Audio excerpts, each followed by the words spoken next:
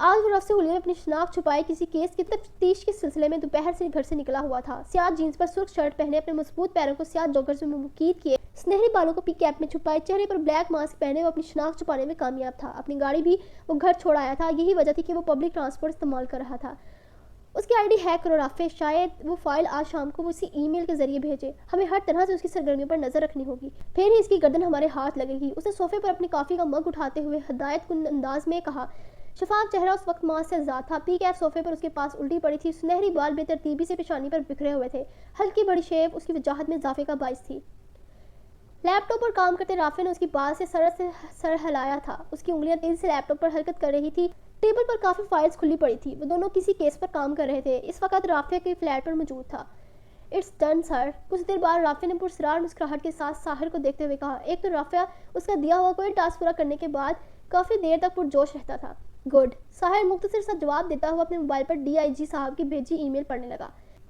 ویسے سر، آپ کے بچے سے سارا دن چوریاں کرواتے رہتے ہیں، کبھی کسی کا اکاؤنٹ ہیک کرنا ہوتا ہے تو کبھی کسی کا موبائل، کبھی کسی کی ای میل آئی ڈی تو کسی کا پاس ورڈ۔ رافع نے لیپ ٹاپ کی اسکرین فولڈ کرتے ہوئے غیر سنجیدگی سے کہا۔ ای میل پڑھتے ہوئے ساحر نے ہلکے سے ماتھے پر بل ڈالتے ہوئے اسے دیکھا تھا۔ ساحر کے نزدیک رافع کی زبان بھی فضول گوئی میں بہت تیزی تھی۔ ہر وہ کام جو اپنے ملک کی عزت و آبرو کو برقرار رکھنے کے لیے کیا جائے چوری نہیں کہلاتا، وہ چوری جسے مجرم اپنے انجام کو پہنچ جائے چوری نہیں ہوتی۔ ساحر نے اس کی بات کی تصحیح کی تھی۔ رافع نے اس کی بات سے بڑی فرمانبرداری سے سر ہلاتے ہوئے اسے دیکھا تھا، اس کی ہر بے تکی بات کا جواب بڑی سمجھداری سے دیتا تھا اور رافع کو اس کا یہی انداز پسند تھا۔ اس فائل میں اس گاڑی کی ساری ڈیٹیلز موجود ہے، مجھے صبح یہ بندہ اپنے آفس میں چاہیے۔ ساحر نے ایک فائل پر سرسری نظر ڈال کر اسے رافع کی طرف بڑھاتے ہوئے کہا۔ رافع نے اس سے فائل لیتے ہوئے اس بات میں سر ہلایا تھا، اس فائل کو پڑھنے لگا۔ 2 گھنٹے مزید کام کرنے کے بعد رافع نے کھانا آرڈر کیا تھا۔ کھانا کھانے کے بعد رافع کافی بنا لایا تھا۔ کافی پینے کے بعد رافع یوں ہی اسے ادھر ادھر کی باتیں کر رہا تھا جب کچھ یاد آنے پر ساحر ذرا سیدھا ہو کر بیٹھا تھا۔ اس دن وہ 2 لڑکیاں جو پولیس اسٹیشن آئی تھی، ان کا کیا معاملہ تھا؟ ساحر کا انداز کلام تفتیشی ہی تھا۔ کون سی 2 لڑکیاں سر؟ پولیس اسٹیشن میں حوروں کا کیا کام؟ رافع نے اس کی بات سے اپنی آنکھیں پٹپٹاتے ہوئے غیر سنجیدگی سے پوچھا۔ ساحر نے اس کی بات سے لب بھنجتے رافع آئی ایم سیریس۔ ساحر نے اس کی غیر سنجیدگی کو دیکھتے ہوئے اسپور سے چہرے سے کہا تھا اور اٹھ کر لاؤن سے ملحقہ بالکنی کی طرف بڑھ گیا، جس کی کھڑکیوں کے آگے پڑے جالی دار پردے تیزی سے لہلاتے ہوئے باہر کے خوشگوار موسم کی نشاندہی کر رہے تھے۔ ساحر نے پردے ہٹاتے ہوئے بالکنی میں قدم رکھا تو ٹھنڈی ہوا کا جھونکا اس کے چہرے کے ساتھ آ کر ٹکرایا۔ I am also very serious sir. Rafay نے اس کی بات سے جلدی سے کہتے ہوئے اس کے پیچھے ہی بالکنی میں آیا تھا۔ ساحر اور خود سے کسی لڑکی کے بارے میں پوچھ رہا تھا۔ رافع نے وہ مشکل اس بات پر حیرت چھپائی تھی۔ اس کے کچھ نہ بولنے پر ساحر نے گردن گھما کر اسے سوالی نظروں سے دیکھا تھا۔ رافع اب کی بار اس کی سنجیدگی کو دیکھتے ہوئے فوراً سیدھا ہوا تھا۔ اوکے بتا رہا ہوں، ان دونوں لڑکیوں کا پرس اور موبائل چوری ہو گیا تھا جس کی کمپلین کروانے وہ پولیس اسٹیشن آئی تھی۔ میں نے 2 دن میں ان کا سامان برآمد کروا دیا تھا، جس پر وہ خوش اخلاق محترمہ میری بہت شکر گزار تھی۔ ان کے والد صاحب نے بھی خوش ہو کر شاباشی دی تھی، جبکہ دوسری کے بارے میں کچھ کہہ نہیں سکتا کیونکہ وہ نہیں آئی تھی۔ رافع نے بڑے فخر سے بتایا تھا۔ اس کی بات سے ساحر کے ذہن میں اس کے چہرے پر چھائے نرمی کے تاثرات ابھرے تھے جو کہ اس پر جچتے تھے، جبکہ وہ اپنی صحت سے شاید زیادہ غصہ کرتی تھی۔ ساحر نے اس کی بات سے محض سر اس بات میں ہلایا تھا۔ سر، رافع نے اسے مخاطب کرتے ہوئے بظاہر سنجیدگی سے کہا، جبکہ اس کی آنکھوں میں واضح شرارت تھی۔ ساحر نے محض اسے ایک نظر دیکھا تھا، جانتا تھا اب یہ ضرور کوئی فضول گوئی کرنے والا ہے۔ فرمائیں۔ ساحر نے اس کے شوخے ہونے پر اسے گھورتے ہوئے چڑھ کر دیکھا۔ ویسے اس لڑکی کے کانفیڈنس کی داد دینی بنتی ہے جو آپ جیسے بندے سے نہیں ڈری۔ کیا آئی کانٹیکٹ تھا؟ رافع نے لہر کر کہا، جبکہ ساحر کی بری طرح گھورنے پر اس نے اپنے جملے کی تصحیح کی۔ میرا مطلب ہے وہ آپ کی آنکھوں میں دیکھ کر بات کر رہی تھی، پورے تھانے کو ہلا کر رکھ دیا تھا۔ پہلی بار تھا جب کسی نے آپ سے استفسار کیا تھا، وہ بھی بغیر ڈرے بغیر گھبرائے۔ کیا شیرنی جیسی پرسنالٹی تھی اس بندی کی۔ آئی لائک ہر۔ رافع نے اس کی شخصیت سے محظوظ ہوتے ہوئے ساحر کو دیکھ کر کہا تھا، جس کے ماتھے پر ناگواری کی لکیریں واضح تھی۔ رافع کو ہنسی آئی تھی جسے وہ چھپا گیا۔ پہلی بار اسے کوئی لڑکی ساحر کی ٹکر کی لگی تھی۔ اسے کانفیڈنس نہیں بدتمیزی کہتے ہیں، ساحر نے سر جھٹکتے ہوئے کہا، جبکہ پہلی بار کوئی بات تھی جس پر اس کے دل نے اس کا ساتھ نہیں دیا تھا۔ وہ اسے بے ایمان، رشوت خور، 2 نمبر اور جانے کیا کیا سمجھتی تھی۔ یہ سب یاد آتے ہی ساحر کو اس سے چڑھ ہوئی تھی۔ جو بھی تھا سر، سچ بولنے کی ہمت ہر کسی میں نہیں ہوتی۔ وہ اپنے حق کے لیے آواز ہر کوئی نہیں اٹھاتا، جبکہ اسے دیکھ کر لگتا تھا کہ اپنا حق لینا اس کے لیے لڑنا خوب جانتی ہو۔ رافع نے اس کی بات سے سادگی سے تبصرہ کیا تھا۔ اس کی بات پر ایک پل کو ساحر نے اسے دیکھا تھا اور پھر اس سمیت اس ٹاپک کو بھی اپنے ذہن و دل سے چھٹک دیا تھا۔ بس تم سے لوگوں کے بارے میں اندازے لگوا لو، جو کام تم نے سائن کیا ہے وہ کل صبح تک ڈن ہو۔ اللہ حافظ۔ اس کے بعد سے بغیر کوئی تاثر دیے لاؤنج میں واپس آیا تھا، اپنی چیزیں ٹیبل سے اٹھاتا ہوا، اپنا موبائل اور کیپ صوفے سے اٹھاتا ہوا دروازے کی طرف بڑھ گیا۔ سر، میں ڈراپ کر دیتا ہوں، آپ ایسے کیسے جائیں گے؟ رافع نے جلدی سے اپنے کمرے سے گاڑی کی چابی اٹھاتے ہوئے وجلت میں دروازہ لاک کرتا اس کے پیچھے بھاگا تھا۔ سر اس کے فلیٹ کی سیڑھیاں اتر چکا تھا جب وہ اسے آوازیں دیتا اس کے پیچھے بھاگا تھا۔ وہ اپنا بیگ لیے اجلت میں اپنے کمرے سے نکلی تھی اور جلدی سے اپنا روم لاک کر کے پلٹی تو اپنے دروازے کے سامنے بکھرے گیلے کچرے کو دیکھ کر وہ حیران ہوئی تھی۔ یہ محض کچرا نہیں تھا، کچرے کا ڈھیر تھا جو کہ اس کے دروازے کے سامنے کوریڈور تک بکھرا ہوا تھا۔ اسرا نے ضبط سے لب گونجے تھے۔ آج تیسرا دن تھا جو وہ یہ سب برداشت کر رہی تھی۔ اس کا ضبط جواب دے گیا تھا، یہ شاید اس سے زیادہ ضبط اس میں تھا ہی نہیں۔ اس نے اپنا روم ان لاک کیا تھا، وہ اندر گئی تھی اور جا کر ایک بڑا سا شاپر لے کر آئی تھی۔ سارا کچرا شاپر میں ڈال کر وہ اپنے سرخ چہرے سے تیز تیز سیڑھیاں اترتے پہلے فلور پر آئی تھی۔ کچرا گیلا ہونے کی وجہ سے شاپر اچھا خاصا بھاری تھا، جسے اسرا نے اپنے غصے میں تقریباً گھسیٹتے ہوئی روم نمبر 40 کے سامنے آ کر رکی تھی۔ اس نے دروازہ نوک کیا تھا جسے فلزا نے ایک لمحے کی دیر کے بعد کھول دیا تھا۔ اسرا آدھے کھلے دروازے کو پورا کھولتے ہوئے غصے سے کمرے میں داخل ہوئی تھی۔ اپنے بالوں کو کرل کرتی رمشا جو کہ یونی جانے کے لیے تیار ہو رہی تھی پوری کی پوری اس کی طرف گھومی تھی۔ پہلے اس کی آنکھوں میں حیرانی اور پھر ناگواری ابھری تھی۔ اس سے پہلے وہ کچھ بولتی جب اسرا نے وہ کچرے سے بھرا شاپر اس کے کمرے کے وسط میں خالی کیا تھا۔ فلزا نے منہ پر ہاتھ رکھ کر اپنی حیرانی پر قابو کیا تھا جبکہ رمشا کا منہ مارے حیرت کے کھلا کا کھلا رہ گیا تھا۔ اسرا کا چہرہ سپاٹ تھا، اس کا پھیلایا ہوا سارا کچرا وہ اس کے کمرے کے وسط میں بکھیر چکی تھی۔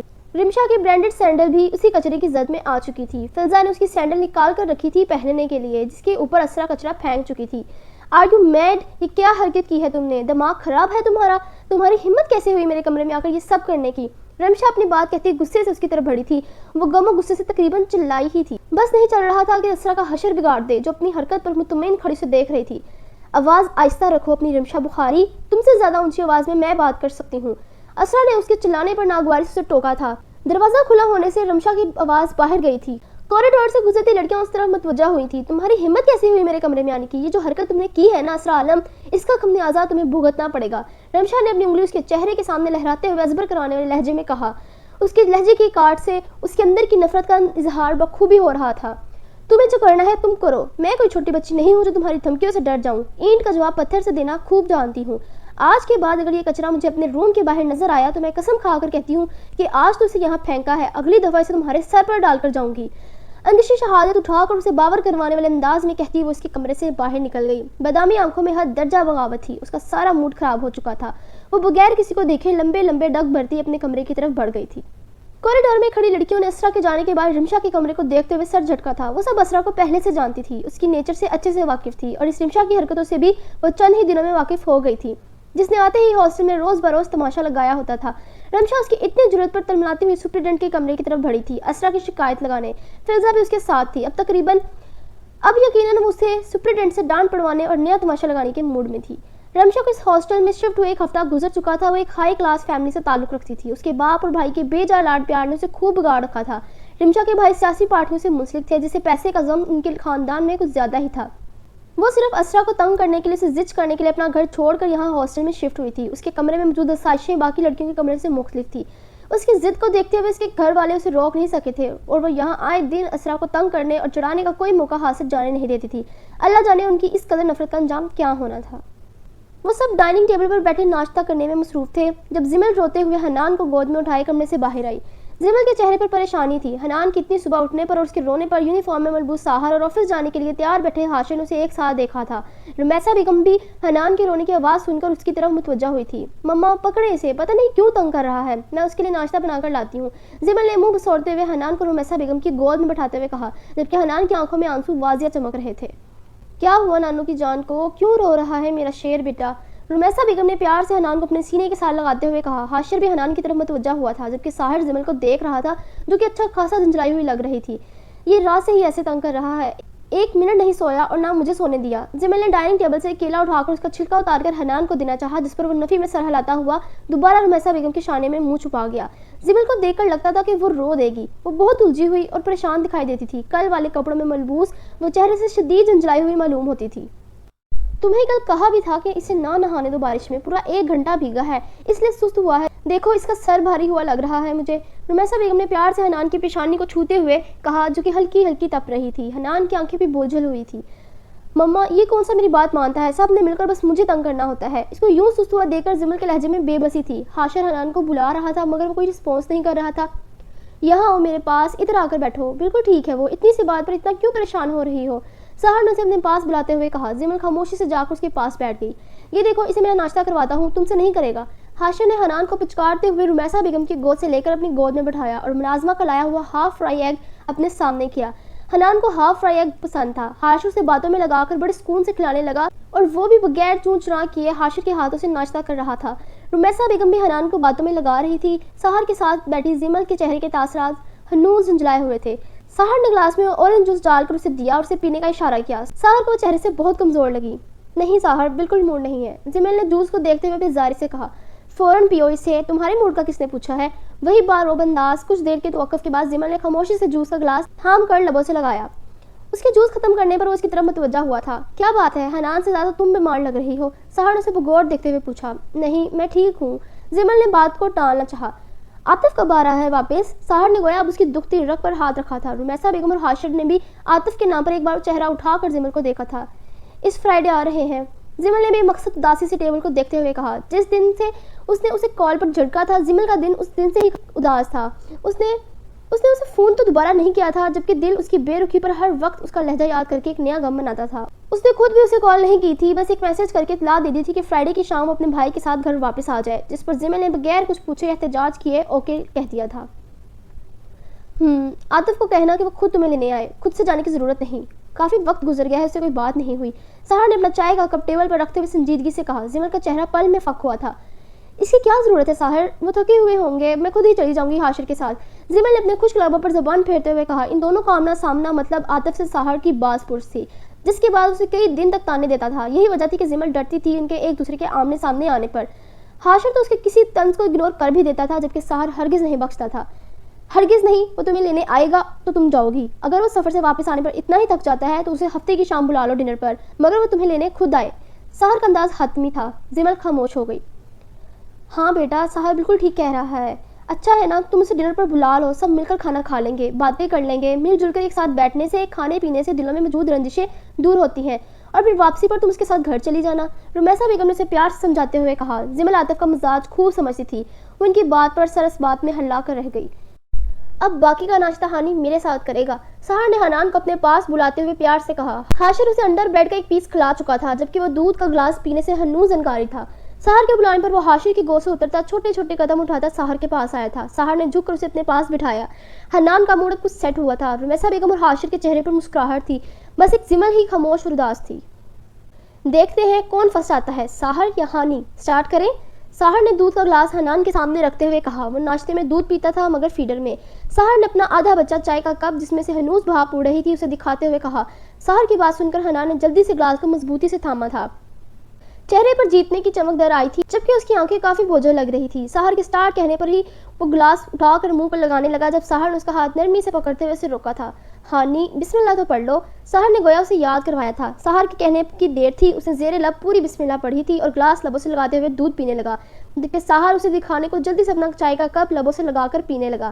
حاشر حنان کو جلدی جلدی دودھ پینے پر سپورٹ کر رہا تھا۔ حنان نے 3 سانس میں دودھ کا گلاس خالی کر کے ٹیبل پر رکھا تھا اور پرجوشی سے سحر کو دیکھنے لگا، جس نے ابھی تک اپنی چائے ختم نہیں کی تھی۔ اس کے چہرے کی چمک اور خوشی دیکھ کر حاشر نے اپنا ہاتھ آگے بڑھا کر اس کے ہاتھ کے ساتھ ٹکرا کر ہائی فائی کیا تھا۔ وہیں سحر نے مظاہر اداس شکل بنا کر اسے دیکھا تھا، انداز ہارا ہوا ہی تھا۔ زمل نہ چاہتے ہوئے بھی ان کی طرف دیکھ کر مسکرا دی۔ سحر، تم سے اچھا تو میرا شہزادہ ہے، چلو اب میرا بیٹا فرسٹ آیا ہے، تم ہار گئے ہو، اب تم ہم سب کو آئس کریم کھلاؤ گے۔ رمیسہ بیگم نے گویا حنان کے دل کی بات کی تھی، جس پر وہ کھل اٹھا اور جوابی نظروں سے سحر کو دیکھنے لگا۔ اب آئس کریم تو کھلانی پڑے گی، آخر حنان سے ہارا ہوں۔ سحر نے اس کے گال پیار سے کھینچتے ہوئے کہا۔ حنان اب کافی فریش لگ رہا تھا۔ چلو زمل اب بس کر دو، کیوں رونی صورت بنا کر بیٹھی ہو، قسم سے بالکل اچھی نہیں لگ رہی۔ حاشر نے اسے ہنوز خاموش بیٹھے دیکھ کر غیر سنجیدگی سے کہا، جس پر زمل اس کی طرف متوجہ ہوئی۔ میں نے تو نہیں بنائی کوئی رونی صورت، اس کی بات سے زمل نے شانے اچکاتے ہوئے کہا۔ حنان، تمہاری ماں بہت جھوٹ بولتی ہے، اس کی بات سے حاشر نے نفی میں سر ہلاتے ہوئے حنان سے کہا، جو کہ مسروس انداز میں سحر کے موبائل کا پاس ورڈ کھولنے کی کوشش کر رہا تھا۔ اسے ٹرائی کرتا دیکھ سحر ہنوز مسکرا رہا تھا، کیونکہ اس کی بس کا روب نہیں تھا۔ نو، میری مما بیسٹ مما ہے۔ حاشر کی بات سے حنان نے نفی میں سر ہلاتے ہوئے اسپورٹ سے لہجے میں جواب دیا۔ اس کا سارا دھیان سحر کے موبائل کی طرف تھا۔ اس کی بات سے حاشر کا ایک پل کو منہ کھلا تھا، وہیں زمل اور رمیسہ بیگم ایک ساتھ مسکرائی تھی۔ سحر بھی اس کی پارٹی بدلنے پر مسکرایا تھا۔ بیٹا تو مجھے اکیلے میں مل، پھر بتاتا ہوں تجھے، حاشر نے بظاہر سے دھمکی دینے والے انداز میں کہا، جس پر حنان نے شکایتی نظروں سے رمیسہ بیگم کو دیکھا۔ اس گھر میں اس کے لاڈ اٹھانے کو ہر پل ہر کوئی تیار رہتا تھا۔ وہ مزید اس کے موبائل کا لاک کھولنے کی کوشش کرتا، جب اس پر کال آتی دیکھ کر اس نے جلدی سے موبائل سحر کی طرف بڑھایا تھا۔ موبائل پر کال سنتے ہی اس نے 10 منٹ میں پہنچنے کا کہا تھا، پھر عجلت میں رمیسہ بیگم کا ہاتھ لبوں سے لگا کر ان سے پیار لیتا ہوا وہ گھر سے نکلا تھا۔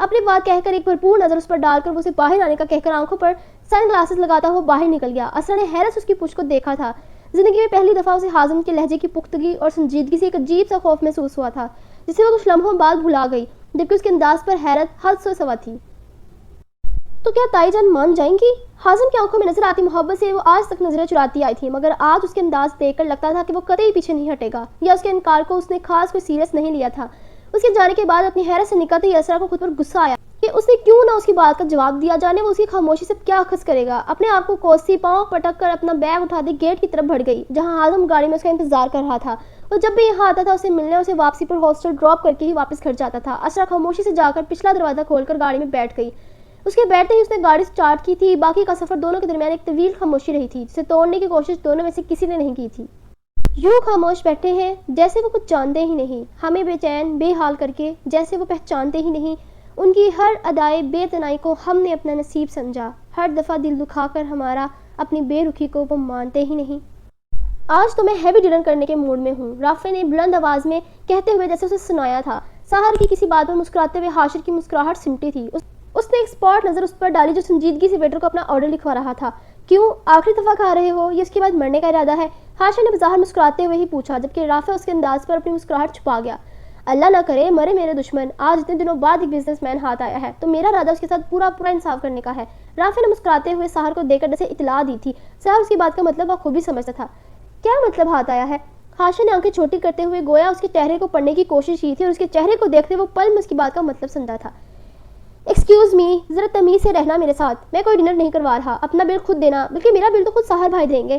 حاشر نے اسے صاف ہری جھنڈی دکھاتے ہوئے اپنا بل بھی سحر کے سر کیا تھا، جس پر سحر اپنی سنہری آنکھیں چھوٹی کر کے اس کی چالاکی کو دیکھنے لگا۔ اچھا، اور میں تمہارا بل کس خوشی میں پے کروں گا؟ سحر نے ہلکے پھلکے لہجے میں اسے دیکھتے ہوئے پوچھا، جو کہ اپنا بل اس پر ڈال کر خاصا پرسکون نظر آتا تھا۔ وائٹ پینٹ پر لائٹ گرے ہاف بازو والی ٹی شرٹ میں اس کی شخصیت نکھری تازہ دم سی معلوم ہوتی تھی۔ سنہری بال سلیقے سے سیٹ کیے ہوئے تھے، بلیک کلر کی برانڈڈ واچ ہاتھ میں پہنی ہوئی تھی جو کہ اس کے بے داغ بازوؤں پر خوب جچ رہی تھی۔ اپنی وجاہت اور شخصیت کی سحر سے بے نیاز سحر آج خاصی خوشگوار موڈ میں تھا۔ کیونکہ میں آپ کا چھوٹا بھائی ہوں، اس قدر معصومیت سے حاشر نے کہا تھا کہ سحر اسے دیکھ کر رہ گیا۔ دل میں اس پر رج کر پیار بھی آیا تھا، جسے وہ اپنی مسکراہٹ میں چھپا گیا۔ آج وہ جلدی فری ہو گیا تھا۔ زمل اور حنان رمیسا بیگم کے ساتھ ان کی دوست کی طرف گئے ہوئے تھے۔ حاشر اکیلا بور ہو رہا تھا، تو اس نے یہ ڈنر پلان کیا اور سحر کو مناتا ہوا رافع کو کال کر کے یہاں بلایا تھا۔ آج وہ تینوں کافی دنوں بعد یوں اس طرح اکٹھے ڈنر کرنے باہر آئے تھے، ورنہ تو مصروفیت میں وقت ہی نہیں نکلتا تھا۔ کچھ زیادہ نہیں چھوٹے تم؟ سحر نے اس کے سلیقے سے سوارے ہوئے بال پیار سے ہاتھ مار کر بگاڑتے ہوئے کہا۔ حاشر اس کی حرکت پر مسکراتا ہوا فوراً اپنے بالوں کو درست کرنے لگا۔ یہاں اچھی خاصی لڑکیاں آئی ہوئی تھی، کیا پتا اس کی قسمت ایسے ہی کہیں کھل جاتی۔ بلیک جینس پر لائٹ پنک سی ٹی شرٹ میں ملبوس حاشر ہینڈسم لگ رہا تھا۔ اس کے نین نقوش بالکل اپنے بابا جیسے تھے، جو کہ ایک باوقار اور وجاہت سے بھرپور انسان تھے۔ رافع جو اس کے ڈرامے دیکھ رہا تھا، وہ بچپن سے اس کے کارناموں میں اس کے ساتھ ہوتا تھا، اس کی رگ رگ سے واقف تھا۔ بس کر دو حاشر، یہ چھوٹا چھوٹا کہہ کر تم نے اور کتنے سال گزارنے ہیں؟ کیا فائدہ تمہارا اتنے کمانے کا جب تم ہم دو معزز ایماندار ہینڈسم پولیس والوں کو ایک وقت کا کھانا بھی نہ کھلا سکو۔ رافع نے سحر کو آنکھ مارتے ہوئے اسے آڑے ہاتھوں لیا تھا۔ بلو جینس پر میرون ٹی شرٹ میں ملبوس رافع کی پرسنالٹی بھی کسی سے کم نہ تھی۔ اس ٹیبل پر بیٹھے یہ تینوں لڑکے گویا ارد گرد سے گزرتے لوگوں کو اپنی شخصیت کے ضم سے اپنی وجاہت سے اپنی طرف متوجہ کرتے تھے۔ ہاں، آپ دونوں تو جیسے فیس بلّہ یہ جاب کرتے ہیں نا؟ حاشر نے ان دونوں کو دیکھتے ہوئے کہا، جو کہ ایک ہی پارٹی میں معلوم ہوتے تھے۔ ہمیں کہاں سیلری کی ضرورت ہے، گورنمنٹ خود ہی ہماری کارکردگی پر خوش ہو ہر ماہ کی آخری تاریخ پر ہمارے اکاؤنٹ میں سلامی دیتی ہے۔ سحر نے اس کی بات سے شان بے نیازی سے کہا۔ اس کے انداز کلام میں ایک وقار سا تھا، وہی جو اس کی شخصیت کا حصہ تھا۔ بالکل ٹھیک کہہ رہے ہیں سر، ہم کواروں کے بھلا کیا خرچے۔ رافع بھی ڈنر کا بل اس کے سر ڈالنے کو پورا تیار بیٹھا تھا۔ سحر کی بات سے اس نے عام سے انداز میں شانے چکاتے ہوئے کہا، چہرے تو دیکھو ذرا ان شدید کواروں کے۔ حاشر نے رافع کی بات سے جیسے جل کر کہا تھا۔ اس کے انداز سے رافع سمیت سحر کا کہکا بھی ایک ساتھ گونجا تھا۔ حاشر کو تنگ کرنے کا الگ ہی مزہ تھا، جسے وہ دونوں کبھی ہاتھ سے جانے نہ دیتے۔ بل دے بیٹا بل، زیادہ باتیں نہ بگاڑ، رافع نے اس کی پیٹھ تھپتھپاتے ہوئے غیر سنجیدگی سے کہا۔ حاشر چڑ گیا تھا۔ دیکھ لوں گا میں آپ دونوں کو بھی، بہت جلد اللہ تعالیٰ مجھ غریب کے ساتھ ضرور انصاف کریں گے۔ حاشر نے دونوں کو شکوہ کناں نگاہوں سے دیکھتے ہوئے سر جھٹکا تھا۔ ایک بل دینے پر کون اتنا ایموشنل ہوتا ہے؟ سحر نے اسے مزید چڑھاتے ہوئے رافع کو دیکھ کر حیرانی کے اس انداز میں سر کو نفی میں ہلاتے ہوئے کہا، جس پر رافع نے ہاتھ سے اسی طرف اشارہ کر کے گویا بتایا تھا کہ یہ بیٹھی ہے وہ ہستی جو بل دینے پر اتنا وویلا مچا رہی ہے۔ میں اپنے بچوں کو بھی بتاؤں گا کہ بھائی آپ ہمیشہ اس چمچے کے ساتھ مل کر مجھے کیسے ستاتے ہیں۔ حاشر نے رافع کے پیٹ میں مکہ مارتے ہوئے گویا اس کے نکلتے دانت بند کرنے چاہے ہوں۔ اس کی معصومانہ بات پر سحر کے لبوں کی تراش میں مسکراہٹ بھی ساختہ تھی۔ تمہاری شادی ہوگی تو بچے ہوں گے نا، اور تمہاری شادی تب ہوگی جب سر کی شادی ہوگی۔ پھوپھو ان سے پہلے تو تمہارے ہاتھ پیلے کرنے والی نہیں، اور سر کا مجھے دور دور تک ایسا کوئی ارادہ نہیں لگتا، اس لیے میرے بچے اپنے بچوں کے ارمان یہی کہیں دفن کر لو۔ رافع نے گویا اس کے ارمانوں پر اوس ڈالتے ہوئے پورا نقشہ کھینچ کر اسے سمجھانا چاہا تھا کہ فی الحال ایسا ناممکن ہے۔ I am impressed. رافع کے جواب پر ساحر نے متاثر کن انداز میں اسے دیکھتے ہوئے شانے اچکائے تھے، جبکہ حاشر کو تو وہ دونوں اس وقت بے انتہا ظالم انسان محسوس ہو رہے تھے، جن کا نہ اپنا زندگی گزارنے کا کوئی ارادہ تھا اور نہ وہ اسے گزارنے دینے والے تھے۔ اس کی رونے صورت دیکھ کر بھی ان دونوں کو ترس نہیں آیا تھا۔ کھانا آ چکا تھا، کھانے کے دوران بھی وہ دونوں سے یوں ہی تنگ کر رہے تھے، جس پر حاشر تو یہ ڈنر پلان کر کے پچھتا رہا تھا۔ کھانے کے بعد حاشر اور رافع نے اپنے لیے آئس کریم آرڈر کی تھی اور ساحر نے اپنے لیے بلیک کافی۔ رات کے تقریباً 11 بجے کا وقت تھا، جبکہ روشنی میں نہائے ہوئے اس ریسٹورینٹ میں گویا دن کا سما تھا۔ وہ تینوں ایک دوسرے کو تنگ کرنے میں مصروف تھے جب ایک نسوانی آواز نے ان کی توجہ اپنی طرف مبذول کرائی تھی۔ السلام علیکم، آپ اس وقت یہاں؟ What a pleasant surprise. اس نے ان کے ٹیبل کے قریب آتے ہوئے ساحر کو دیکھتے ہوئے پرجوشی سے کہا تھا۔ یوں معلوم ہوتا تھا جیسے اس ٹیبل پر وہ صرف مخاطب ہی اسی سے ہو۔ ساحر سمیت رافع اور حاشر بھی اس لڑکی کی طرف متوجہ ہوئے تھے۔ رافع تو ہیرا کو دیکھ کر اپنی مسکراہٹ چھپا گیا، جبکہ حاشر کی آنکھوں میں اجنبیت تھی۔ وہ پہلی دفعہ دیکھ رہا تھا اس لڑکی کو۔ وعلیکم السلام جی، بدقسمتی سے اس وقت یہاں۔ ساحر نے اس کے گویا صرف خود کو ہی مخاطب کرنے پر کچھ لمحوں کے توقف کے بعد زبردستی کا مسکراتے ہوئے اس کے سلام کا جواب دیا تھا، جبکہ دوسری بات اس نے زیر لب ہی کہی تھی۔ اسکن ٹراؤزر پر نیوی بلو کلر کی لانگ شرٹ میں ملبوس، گلے میں اسکن دوپٹے کو لاپرواہی سے لیے کرل کیے ہوئے بالوں کو کھلا چھوڑے ہلکے پھلکے میک اپ میں وہ بلا شبہ بہت پیاری لگ رہی تھی۔ کیسے ہیں آپ ساحر؟ آپ تو بالکل عید کا چاند ہو گئے۔ جب جاؤ اپنے آفس میں ہی نہیں ہوتے۔ اسے تقریباً 1 مہینے بعد یوں پبلک پلیس پر اپنے سامنے دیکھ کر خوشی کے مارے ہیرا سے بولا نہیں جا رہا تھا۔ دوسرا اس کی پرسنالٹی عام سی ڈریسنگ میں بھی کس قدر متوجہ کن جان لیوا تھی۔ اس کا دل تو اسے اپنے سامنے دیکھ کر پوری رفتار سے دھڑکنے لگا۔ اسے پتہ ہی نہ چلا اپنی بات کہتی وہ بے اختیاری بے خودی میں کب قریب پڑی چیئر کھینچ کر بیٹھ گئی۔ حاشر آنکھیں پھاڑے یہ منظر دیکھ رہا تھا، جبکہ رافع کے لبوں پر مسکراہٹ تھی۔ وہ ہیرا کے جذبات سے واقف تھا۔ اس کے یوں کرسی گھسیٹ کر بالکل اپنے پاس ہی بیٹھ جانے پر ساحر ہلکا سا گلا کھنکار کر اپنی چیئر تھوڑی پیچھے کرتا ہوا اس کی طرف متوجہ ہوا۔ چلیں آج تو آپ نے سریعان پکڑ لیا۔ اس کی اتنی مداخلت پر ساحر نے عام سے لہجے میں ہی کہا تھا۔ رافع ہمیشہ ان دونوں کا سین بہت انجوائے کرتا تھا، جیسے کہ وہ اب لبوں پر مسکراہٹ لیے انہیں دیکھ رہا تھا، جبکہ حاشر اس لڑکی کو ساحر کے ساتھ فری ہوتا دیکھ تقریباً صدمے میں ہی تھا۔ ہیرا 2 دفعہ کسی نہ کسی بہانے سے پولیس اسٹیشن کا چکر لگا چکی تھی، مگر اسے ساحر نہیں ملتا تھا۔ وہ کسی نہ کسی کام سے اس وقت باہر گیا ہوتا تھا، جبکہ اب اسے اپنے سامنے دیکھ کر ہیرا ایک لمحے کا انتظار نہیں ہوا تھا۔ تبھی وہ اسے ملتے ساتھ ہی شکوہ بھی کر چکی تھی، جبکہ ساحر کی بات پر اس کے لبوں پر بھی مسکراہٹ بے اختیار تھی۔ میں نے آپ کو اپنی برتھ ڈے پر بھی انوائٹ کیا تھا، مگر آپ آئے ہی نہیں۔ اس کا موڈ خوشگوار دیکھ کر ایک اور شکوہ کیا گیا۔ ساحر ضبط کر کے رہ گیا۔ حاشر جس طرح ان دونوں کو دیکھ رہا تھا، ساحر کا دل کیا سب سے پہلے وہ اس کے ایک لگا دے، جو ہونک بنا ہلکا سا منہ کھولے انہیں دیکھ رہا تھا۔ آپ کے والد صاحب نے ہی ایک کام سے شہر سے باہر بھیجا تھا، ورنہ میرا کچھ ارادہ تو بن چکا تھا آنے کا۔ ساحر کو جانے کیوں صاف جواب دے کر اس کا دل توڑنا مناسب نہ لگا، اس لیے بہانہ بناتے ہوئے کہا، جبکہ رافع نے سر جھکاتے ہوئے نفی میں گردن ہلاتے ہوئے اپنی مسکراہٹ ضبط کی تھی۔ اس دن وہ کام کے سلسلے میں شہر سے باہر گیا تھا، جبکہ ساحر تو فری تھا۔ اوہ، مجھے پاپا کو منع کرنا چاہیے تھا۔ ہیرا نے اس کی بات سے ایک پل میں اپنے حسین چہرے پر اداسی بکھیر لی تھی۔ وہ تو اس کے بہانے سے بے حد سنجیدہ دکھتی تھی۔ ایکسکیوز می، آپ کون؟ بھائی میرا بھی تو تعارف کروائے نا ان سے۔ اس سے زیادہ صبر حاشر میں نہیں تھا۔ ہلکا سا مسکراتے ہوئے اس نے مداخلت کرنی ضروری سمجھی۔ ہیرا کو محسوس ہوا تھا کہ ٹیبل پر ساحر کے علاوہ بھی 2 لوگ موجود ہیں۔ وہ اپنی جگہ کچھ جھجک سی گئی اور لب گونج کر مسکراتے ہوئے ان کی طرف پلٹی۔ السلام علیکم، کیسی ہیں آپ ہیرا صاحبہ؟ رافع نے بڑی خوشدلی سے اس کے پیچھے پلٹنے پر کہا۔ ساحر نے اس کی اتنی خوش اخلاقی پر اسے گھورا تھا۔ وعلیکم السلام، فائن، ہیرا نے مسکراتے ہوئے جواب دیا۔ یہ ہیرا صاحبہ ہے، ہمارے AIG صاحب کی اکلوتی صاحبزادی، اور یہ حاشر اسرار ہیں، سر کے چھوٹے بھائی۔ رافع نے یوں تعارف کروایا تھا جیسے رشتے کروانے والی آنٹیاں 2 فیملیز کو آپس میں متعارف کرواتی ہیں۔ اوہ، السلام علیکم، کیسے ہیں آپ؟ ہیرا نے مسکراتے ہوئے بڑی خوش دلی سے کہا تھا، جبکہ ساحر کی فیملی ممبر سے ملتے ہوئے اس کے چہرے کی چمک دیدنی تھی۔ میں بالکل ٹھیک ہوں، آپ سے مل کر اچھا لگا، حاشر نے بڑے مؤدب سے انداز سے کہا تھا۔ Nice to meet you too Hashir, Hira نے شائستگی سے نرم لہجے میں کہا۔ وہ وہاں بیٹھی تھی جب اس کے موبائل پر آتی اس کی دوست کی کال نے ٹیبل پر اچانک چھا جانے والی خاموشی کو توڑا تھا۔ وہ اپنی دوست کی کال آتی دیکھ کر فوراً اٹھی تھی۔ اسے اپنے یہاں آنے کا مقصد یاد آیا۔ وہ اپنی دوست سے ملنے یہاں آئی تھی، مگر ساحر کو دیکھتے ہی وہ سب بھول گئی تھی اور پھر چند ہی لمحوں میں ان سے معذرت کرتی وہ چلے گئی۔ حاشر نے اسے اپنے گھر ڈنر پر آنے کی دعوت دی تھی اور رافع نے اسے ظہور آنے پر اصرار کیا تھا، جبکہ ان سب میں ساحر ان دونوں کو اسپاٹ چہرے سے دیکھ رہا تھا، جو کہ جانے کیوں خوش اخلاقی سے دوہرے ہوئے جا رہے تھے۔ اس کے جانے کے بعد اس نے انہیں جلدی سے آئس کریم کھانے کا کہا، جو کہ ویٹر ابھی رکھ کر گیا تھا، اور خود کافی پینے لگا۔ 1 منٹ پہلے یہ تو بتائیں محترمہ کون تھی؟ بڑے گرے شکوے ہو رہے تھے۔ حاشر نے اسے دیکھتے ہوئے مشکوک سے انداز میں پوچھا۔ اس کے انداز پر ساحر کو اپنے حلق سے اترتی کافی مزید کڑوی لگی۔ ابھی وہ کچھ بولتا جب رافع فوراً گویا ہوا۔ یار اب تم اتنے بھی بچے نہ بنو، ہیرا صاحبہ تمہاری بھابھی بننے کے فل موڈ میں ہے اور سر انہیں مسلسل اگنور کر رہے ہیں، ورنہ لڑکی تو فل تیار ہے، لڑکی ہمارے SSP صاحب پر دل و جان سے مرتی ہیں، اور تو اور وہ جو ہیرا۔ رافع آئس کریم کھاتے ہوئے مزے سے بول کر گویا حاشر کو صورتحال سے آگاہ کر رہا تھا۔ وہ بھی مزید بولتا جب اپنے پاؤں پر پڑنے والا سحر کا پاؤں اس سے ضبط نہ ہو سکا۔ وہ درد سے بلبلا اٹھا۔ سحر نے ایک ٹرک سے اس کے پاؤں پر اپنے پاؤں سے ضرب لگائی تھی کہ گویا رافع کے پاؤں سمیت ٹانگ میں بھی درد کی شدید لہر اٹھی تھی۔ اس کی اس قدر فضول گوئی پر وہ شدید مشتعل ہوا تھا۔ سختی سے لب بھونج کر اس نے اسے گھورا تھا۔ رافع، تو مجھے اگلے 2 دن تک نظر نہ آنا۔ اس کا اچھا خاصا خوشگوار موڈ پل میں بگڑا تھا۔ اسے قطعی پسند نہیں تھا کسی بھی لڑکی کو یوں ڈسکس کرنا، کسی لڑکی کے بارے میں فضول گوئی کرنا، جبکہ رافع کی حد درجہ فضول گوئی وہ ضبط نہ کر سکا۔ اپنی بات کہتا وہ والیٹ سے پیسے نکال کر ٹیبل پر رکھتا کافی آدھی چھوڑ کر باہر جا چکا تھا۔ جبکہ اس کے جانے کے بعد گویا رافع کو بھی اپنی فضول گوئی کا احساس ہوا تھا۔ وہ فوراً اس کے پیچھے لپکا تھا، جبکہ حاشر بڑے سکون سے آئس کریم سے لطف اندوز ہو رہا تھا۔ اسے ہیرا پسند آئی تھی۔ وہ گھر جا کر رمیسہ بیگم سے ہیرا کا ذکر کرنے کا ارادہ رکھتا تھا، جس کے بعد وہ یقیناً سحر کی جان نہ چھوڑتی۔ جبکہ ان دونوں کو یوں جاتا دیکھ کر وہ بھی کچھ دیر میں اپنی آئس کریم ختم کرتا ان کے پیچھے گیا تھا، جو کہ اسے پارکنگ میں تو کہیں نظر نہیں آئے۔ البتہ مین روڈ پر لونی صورت بنا کر کھڑے رافع پر اس کی نظر ضرور پڑ چکی تھی، جو کہ یقیناً سحر کو منانے کے لیے تھی۔ وہ سر جھٹکتا ہوا پارکنگ سے گاڑی نکال کر ان کے قریب لے گیا۔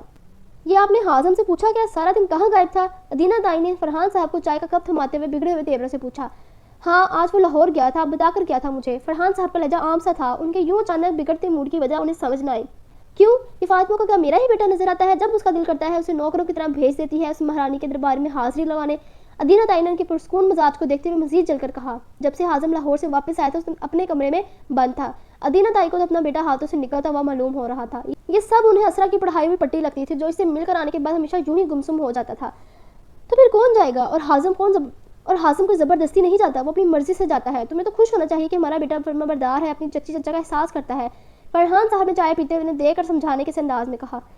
فرما بردار، وہ جو نیا لڑکا رکھا ہے آپ نے کام پر، بس آئندہ وہی جائے گا لاہور۔ آج کے بعد میں حازم کو نہیں جانے دوں گی۔ ادینہ تائی نے ناک کوڑ کر وہ مشکل اپنی نفرت کو چھپایا تھا۔ فرحان صاحب بھی اسرا کے کم حمایتی نہ تھے۔ وہ غیر لڑکا اب ہمارے گھر کی بچی کو سامان پہنچانے وہ غیر لڑکا جائے گا؟ ہرگز نہیں۔ فرحان صاحب نے ان کی بات سے ناگواری سے کہا۔ اس کی یونیورسٹی میں جو ہزاروں لڑکے پڑھتے ہیں وہ کون سا اس کی محرم ہے جن میں وہ سارا دن گزارتی ہے؟ جو آپ یہ بات کہہ رہے ہیں؟ ادینہ تائی کی زبان کے آگے بھی کھندو کھلی تھی، جو منہ میں آتا تھا بے دھڑک بول دیتی۔ لا حول ولا قوت، بولنے سے پہلے سوچ تو لیا کرو۔ فرحان صاحب نے اپنے ہاتھ میں پکڑے چائے کے کپ کو ٹیبل پر دھرتے ہوئے خودگی سے کہا تھا۔ بالکل صحیح بات کی ہے میں نے، بس آئندہ میرا حازم نہیں جائے گا۔ یہ بات میں آپ کو آج آخری بار بتا رہی ہوں، اور اس حازم کی طبیعت میں صبح اچھے سے صاف کروں گی۔ غضب خدا کا، لاہور جانے کے اتنے چار چڑھے ہوئے تھے کہ ماں کو بتانا بھی ضروری نہ سمجھا اور نکل گیا اس مہرانی سے ملنے۔ ان کی بات سے ناگواری سے اپنی بات کہتی وہ کمرے سے ہی نکل گئی، جبکہ باہر جاتے ہوئے وہ مسلسل بڑبڑا رہی تھی۔ فرحان صاحب نے دیکھ کر رہ گئے تھے، جانے انہیں حازم کے لاہور جانے سے مسئلہ تھا یا اسرا سے ملنے، وہ خود بھی نہ سمجھ سکے۔ سر، مجھے آپ کی سمجھ نہیں آ رہی۔ اس دن آپ کی بہت اہم ڈیل ہے، پھر آپ کیسے اس دن یونیورسٹی میں جا سکتے ہیں؟ آپ کا وہ پورا دن مصروف ہے۔ اس یونیورسٹی کے افتتاحی تقریب میں جانے سے زیادہ ضروری کام ہے آپ کے پاس۔ اس کے پی اے نے اس کے اگلے پورے دن کا شیڈیول دیکھتے ہوئے ناسمجھی سے اسے دیکھا، جو کہ فون پر انہیں اپنے آنے کا کہہ چکا تھا۔ تم نے شاید انویٹیشن غور سے نہیں پڑھا۔ اس کارڈ کو ایک بار پھر اٹھا کر پڑھو۔ امید ہے تم یہ سوال دوبارہ مجھ سے نہیں پوچھو گے، منظور شاہ نے سگار لگاتے ہوئے سنجیدگی سے کہا۔ اس کے کہنے پر اس کے پی اے اسد نے ٹیبل پر پڑا انویٹیشن کارڈ اٹھا کر اسے بغور دیکھا۔ پہلے اس کے چہرے پر ناسمجھی کے تاثرات نمایاں ہوئے تھے، اور پھر بعد میں متاثر کن مسکراہٹ اس کے چہرے پر آ کر ٹھہری تھی۔ واو سر، آپ ایک تیر سے 2 شکار کرنا چاہتے ہیں، یہ تو میں نے سوچا ہی نہیں۔ اس کے پی اے نے اس کے شاطر دماغ سے محظوظ ہوتے ہوئے کہا، جس پر وہ محظوظ سا مسکرائے تھے۔ ایک تیر سے 2 شکار کرنے کا جو مزہ ہے وہ اکیلے کسی ایک چیز کا شکار کرنے میں کہاں۔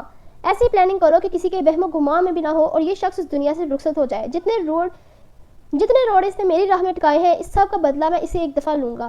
وقت اور جگہ میں طے کروں گا، باقی چیزیں سنبھالنے کی ذمہ داری تمہاری۔ اسے اپنے ہاتھوں سے اس دنیا سے رخصت کروں گا۔ آخر کو ہمارے بیچ ایک عرصہ بڑی گہری دوستی رہی ہے۔ منظور شاہ نے نفر سے اسد کو دیکھتے ہوئے اپنے ارادوں سے آگاہ کیا۔ آپ فکر ہی نہ کریں سر، میں سب کچھ مینج کر لوں گا، اسد نے مسکراتے ہوئے کہا۔ اس کا دماغ بھی بالکل شاہ صاحب کی طرح تیزی سے جمع تفریق کرنے میں لگا ہوا تھا۔ یونیورسٹی کی تقریب میں منظور شاہ کو بطور مہمان خصوصی مدعو کیا گیا تھا، اور اس کے ساتھ ساتھ دیگر اور بھی شخصیات تھیں، جن میں ایک یاسر کاظمی بھی تھے، جو کہ پہلے اس ڈپارٹمنٹ کے HOD رہ چکے تھے۔ منظور شاہ سے ان کی دوستی پھر یونیورسٹی کی کسی تقریب میں ہی ہوئی تھی۔ اپنے ڈپارٹمنٹ کے بچوں کے وہ آئیڈیل تھے۔ انہوں نے بے شمار علم و ادب سے منسلک کتابیں لکھی، جسے وہ بہت پذیرائی ملی۔ یہ تقریب کسی کی زندگی ختم تو کسی کی زندگی برباد کرنے والی تھی۔ اس تقریب نے کسی کے چہرے سے مستقل مسکراہٹ چھین لینی تھی، کسی کی زندگی بدل کر رکھ دینی تھی، کسی کو بے آسرا تو کسی کو در بدر کر دینا تھا، کسی کا برا وقت شروع ہونے والا تھا، اور پروفیسر کاظمی کی زندگی کی یہ آخری شام تھی۔ اس تقریب کے بعد کسی کی زندگی تمام اور کسی کی زندگی کی آزمائشیں شروع ہونے والی تھیں۔ اسرا، آپ لوگوں نے ویلکم کے لیے فلاورز منگوا لیے ہیں؟ حمدان، جو کہ ان کا سینئر اور اپنی کلاس کا CR تھا، اس نے اس کے پاس آتے ہوئے مصروف انداز میں پوچھا۔ اسکن اور سرخ رنگ کے مکمل سٹائلش سے ڈریس میں ملبوس اسرا سر پر ڈھیلا سا دوپٹہ لیے سیاہ کرلی بالوں کو معمولی سے ہیئر اسٹائل میں مقید کیے جو کہ اس کے دوپٹے کے نیچے سے اپنی جھلک دکھا رہے تھے، کانوں میں وہی ننھے سے ہیرے کے ڈائمنڈ ٹاپس پہنے، لائٹ سے پنک لپسٹک لگائے جس سے اس کے چہرے کی شہابی رنگت خوب کھل اٹھی تھی۔ پنک لپسٹک اس کی فیورٹ تھی۔ کلائی پر مخصوص گولڈ کی نازک سی چین والی گھڑی پہنی ہوئی تھی۔ اسکن معمولی سی ہیل والی سینڈل پہنے وہ مرکز توجہ تھی۔ اس کی اتنی سی تیاری بھی متوجہ کن تھی۔ بادامی آنکھیں اپنی ازلی چمک سے اس کے چہرے پر سب سے زیادہ کشش کا باعث تھی۔ وہ بہت مصروف سے انداز میں اپنے سینئرز کے ساتھ ساری تیاریاں دیکھنے میں مصروف تھی۔ ان کے اساتذہ بھی یہاں موجود تھے۔ کچھ ہی دیر میں ان کی افتتاحی تقریب کا آغاز ہونے والا تھا۔ ابھی ان کے مدعو کیے گئے مہمان یہاں پہنچے نہیں تھے۔ جی وہ منگوائے تھے، کچھ کم لگ رہے تھے تو ہم نے اور منگوائے ہیں۔ زین بس آتا ہی ہوگا لے کر۔ اسرا نے ایک نظر ڈپارٹمنٹ کی راہ دری میں ترتیب سے رکھے گملوں میں لگے پودوں کو دیکھتے ہوئے کہا۔ اس کی بات سے ہمدان اسباق میں سر ہلاتے ہوئے سر کی طرف بڑھ گیا جو کہ پورے ڈپارٹمنٹ پر کی گئی ان کی محنت کا جائزہ لے رہے تھے۔ اس نئے ڈپارٹمنٹ کو انہوں نے بہت خوبصورتی سے سجایا تھا۔ یہ ان سب کی پورے ایک ہفتے کی محنت تھی۔ پورے ڈپارٹمنٹ میں اسٹوڈنٹس کی کافی چہل پہل تھی۔ اسرا سر کے ساتھ ساتھ ان سے 2 قدم پیچھے چل رہی تھی جب نیاب اس کے ہم قدم ہو کر اس کا ہاتھ تھام کر اسے اپنے ساتھ تقریباً کھینچتی ہوئی کلاس میں لے گئی۔ نیاب کی کیا بدتمیزی ہے، اسرا نے اس کی حرکت پر چڑھتے ہوئے کہا۔ یہ لڑکی اسے کہاں کچھ سمجھنے کا موقع دیتی تھی۔ خاموش رہو تم، کب سے دیکھ رہی ہوں تمہیں، یہ اتنے سارے لوگ ہیں، خود ہی دیکھ لیں گے۔ اس پورے ایک ہفتے میں تم نے مجھ سے ٹھیک طرح سے بات نہیں کی، سب دیکھ رہی ہوں میں، نیاب نے خفکی سے منہ پھلاتے ہوئے کہا۔ اسرا واقعی اس پورا ہفتہ بہت مصروف رہی تھی۔ نیاب کی بات سے وہ اسے دیکھنے لگی۔ ہلکے سرمئی اور گلابی رنگ کے امتیاز کی تافتان میں ملبوس، بالوں کی ہائی پونی بنائے، دوپٹے کو شانے پر ڈالے، لائٹ سے میک اپ میں وہ نیاب اچھی لگ رہی تھی۔ اچھا سوری، تم جانتی ہو میں اپنے ذمہ لگائے گئے کام بہت ذمہ داری سے کرتی ہوں، بس اس لیے ہم ساتھ بیٹھ کر باتیں کرنے کا وقت ہی نہیں ملا، مگر تم رات کو فون پر میرا اچھا خاصا سر کھاتی رہی ہو۔ اسرا نے پہلی بات منانے والے انداز میں کہہ کر آخر پر مسکراتے ہوئے اسے چھیڑا، جس پر نیاب نے اسے خفکی سے دیکھا۔ ہاں تو وہ میرا حق ہے، نیاب نے جتاتے ہوئے کہا، جس پر اسرا نے اپنی مسکراہٹ روکتے ہوئے اپنے سر کو اس بات میں ہلایا تھا۔ تم اتنی لال وال کیوں ہو کر آئی ہو، کیا ارادے ہیں تمہارے؟ نیاب نے اس کی رنگت میں موجود سرخی اور دوسرا اس کے ڈریس کو دیکھ کر مشکوک سے انداز میں پوچھا، جبکہ دل میں تو اس نے بے ساختہ ماشاءاللہ کہا تھا۔ کیا مطلب، کیا ارادے ہیں؟ ماما نے پچھلے ہفتے سلوا کر بھیجا تھا یہ ڈریس، تو بس پہن لیا، خود سے شاپنگ کرنے کا وقت نہیں تھا میرے پاس، اسرا نے صاف گوئی سے کہا۔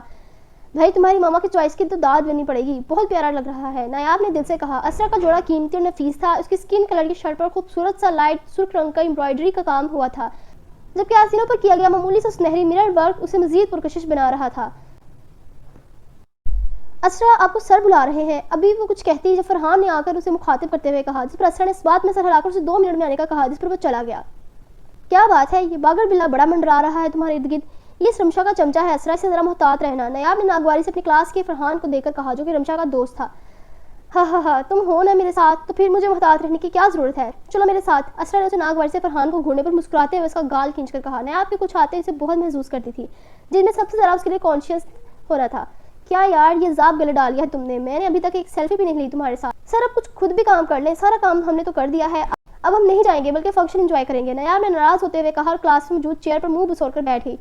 اچھا نا، اب آخری دفعہ بات سن لیتے ہیں اور پھر ہم اپنا انجوائے کریں گے، اٹھو شاباش، اسرا نے اس کا ہاتھ تھامتے ہوئے پیار سے پچکارتے ہوئے کہا، جس پر نیاب ڈھیلا سا منہ بنا کر اسے گھورتی ہوئی اس کے ساتھ چل دی۔ وہ دونوں کوریڈور سے گزر رہی تھی جب نیاب کی نظر کھڑکی سے باہر کھڑے شخص پر پڑی۔ اسرا نے رک کر پلٹ کر اسے دیکھا تھا، جبکہ نیاب تو اپنی جگہ منجمد ہوئے باہر کھڑے شخص کو دیکھ رہی تھی، چہرے پر الوئی سی چمک تھی۔ اسرا نے اس کی نظروں کے تعاقب میں دیکھا تھا اور اسے 1 منٹ لگا تھا اس کے چہرے پر امڑتی رونق کو سمجھنے میں، جبکہ اسرا کے چہرے کے زاویے پل میں ناگواری میں بدلے تھے۔ اپنی رائے کا اظہار کمنٹس میں ضرور کریے گا، ملتے ہیں اگلی ایپیسوڈ کے ساتھ اور میرے چینل کو سبسکرائب ضرور کریے گا۔ اللہ حافظ۔